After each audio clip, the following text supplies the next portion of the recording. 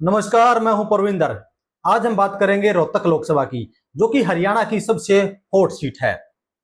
पूरे देश या फिर यूं कहें कि पूरे हरियाणा की नजरें आज रोहतक सीट पर टिकी हुई हैं कि आखिरकार रोहतक सीट पर कौन बाजी मारेगा। दीपेंद्र हुड्डा यहां से जीत दर्ज करेंगे या अरविंद शर्मा दोबारा से यहां से एमपी बनेंगे।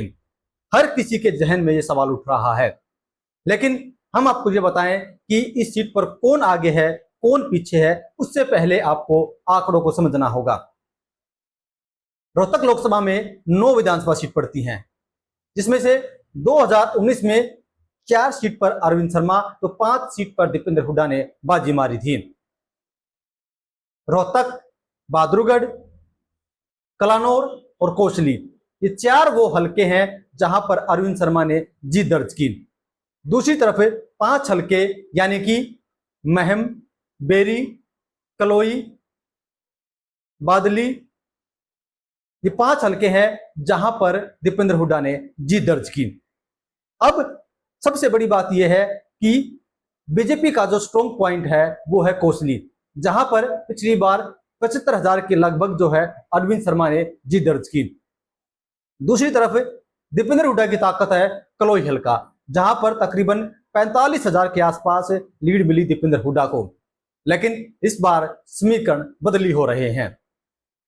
कांग्रेस पार्टी ने अपनी पूरी ताकत कोसली में झोंक दी ताकि 75,000 की लीड को कम किया जा सके।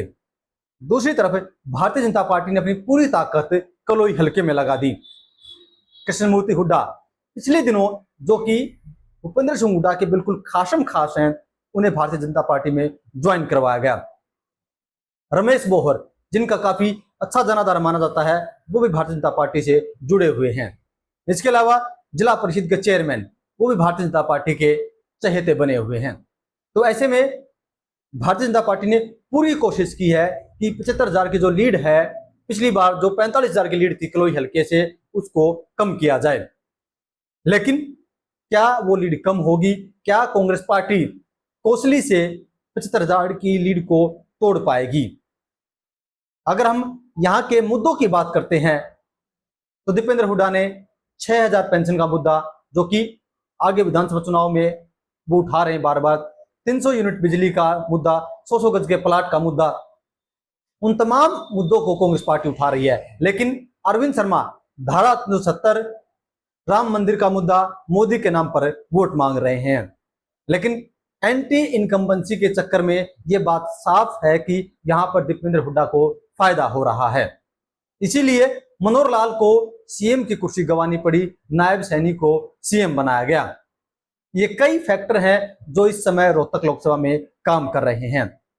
यहां पर इस बार दीपेंद्र हुड्डा ने जो पिछली बार जो बीजेपी के वोटर थे, उनमें सेंधमारी करते हुए उन्हें अपनी तरफ किया है। लेकिन बीजेपी पार्टी ने भी कांग्रेस के वोटरों में सेंधमारी की है। अगर हम तमाम चीजों को देखते हैं तो ऐसा अनुमान लगाया जा रहा है कि इस बार तकरीबन दीपेंद्र हुड्डा अरविंद शर्मा से थोड़ा आगे हैं, या ये मान के चलें कि तकरीबन 20-30 हजार का मार्जिन जो है वो दीपेंद्र हुड्डा अब की बार अरविंद शर्मा से आगे लेकर चल रहे हैं। हम ये बात अपने सर्वे के आधार पर कह सकते हैं कि जिस तरीके से हम 9 के 9 हलकों में गए हैं, उससे ये अनुमान निकलकर सामने आ रहा है कि दीपेंद्र हुड्डा हो सकता है कि तकरीबन 20 या 30 हजार वोटों से रोहतक में जीत हासिल कर सकते हैं।